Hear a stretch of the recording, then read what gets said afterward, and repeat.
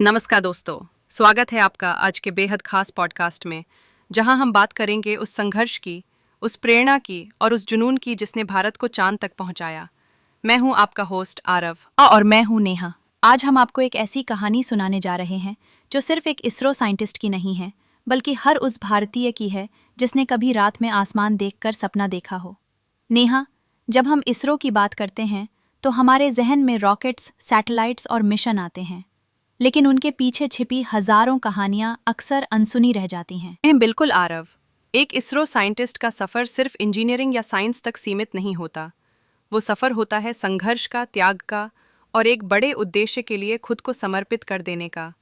एक ये बचपन से शुरू होती है वैज्ञानिक बनने की यात्रा। सोचिए, एक बच्चा जो गांव के एक सरकारी स्कूल में पढ़ता है, ना लैपटॉप, ना इंटरनेट, ना महंगी कोचिंग, बस स्कूल की पुरानी किताबें, टूटी हुई बेंच और रात में छत पर लेटे हुए सितारों की तरफ देखने की आदत। उसी बच्चे ने अपने सपनों को मजबूत बनाया और खुद से कहा, मैं भी एक दिन अंतरिक्ष के लिए काम करूंगा। ये सपना ही उसकी दिशा बना। उसने मेहनत की, गलतियां की, सीखा और आज वो इसरो में है। इसरो सिर्फ एक संस्था नहीं, एक मिशन है। इसरो सिर्फ रॉकेट बनाने वाला संगठन नहीं है। ये वो जगह है जहां भारत के हर कोने से आए युवा विज्ञान और देशभक्ति को साथ लेकर काम करते हैं। यहाँ जात, धर्म, भाषा, क्षेत्र कुछ मायने नहीं रखता। बस आपके सपने, आपकी मेहनत और आपकी नीयत मायने रखती है। कई वैज्ञानिकों ने सरकारी स्कूल से पढ़ाई की है। कुछ ऐसे परिवारों से आते हैं जहां पहली बार कोई बच्चा कॉलेज गया हो। फिर भी उन्होंने भारत को मंगल ग्रह पर पहुंचा दिया। ये कोई चमत्कार नहीं, ये डेडिकेशन का नतीजा है। इसरो वैज्ञानिक का जीवन कैसा होता है? बहुत लोग सोचते हैं कि इसरो साइंटिस्ट बनना ग्लैमरस है, बड़ी सैलरी, सम्मान और नाम। लेकिन सच्चाई ये है कि ये एक बेहद सादा, मेहनत भरा और इमोशन से भरा हुआ जीवन है। छुट्टियों में भी कंट्रोल रूम में काम करना, फेल मिशन के बाद फिर से शुरू करना, परिवार से दूर रहना, ये सब आम बात है। कई बार एक मिशन की सफलता 5 साल की मेहनत के बाद आती है, और वो एक लॉन्च सिर्फ 15 मिनट का होता है, लेकिन उन 15 मिनट में पूरे जीवन की मेहनत शामिल होती। नमस्कार दोस्तों, स्वागत है आपका आज के एक खास एपिसोड में, जहां हम बात करेंगे उस सफर की जो एक आम इंसान को इसरो साइंटिस्ट बनाता है। जी हाँ आरव, आज की कहानी सिर्फ रॉकेट्स की नहीं है। ये कहानी है संघर्ष, सपनों और देशभक्ति की। एक छोटे शहर से निकलकर इसरो जैसी संस्था तक पहुंचना आसान नहीं होता। बिल्कुल नेहा, सोचिए एक बच्चा जो गांव की छत पर लेटकर तारों को देखता है और सोचता है, क्या मैं कभी वहां पहुंच पाऊंगा?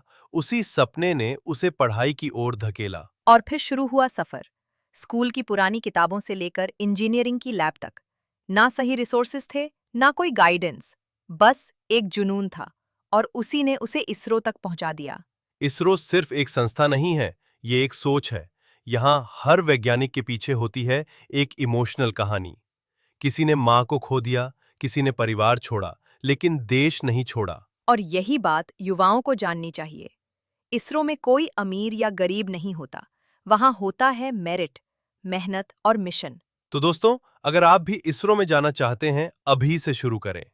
मैथ्स, फिजिक्स और कोडिंग, इन 3 चीजों में मास्टरी लाओ। सिर्फ किताबें नहीं, रियल प्रोजेक्ट्स करो।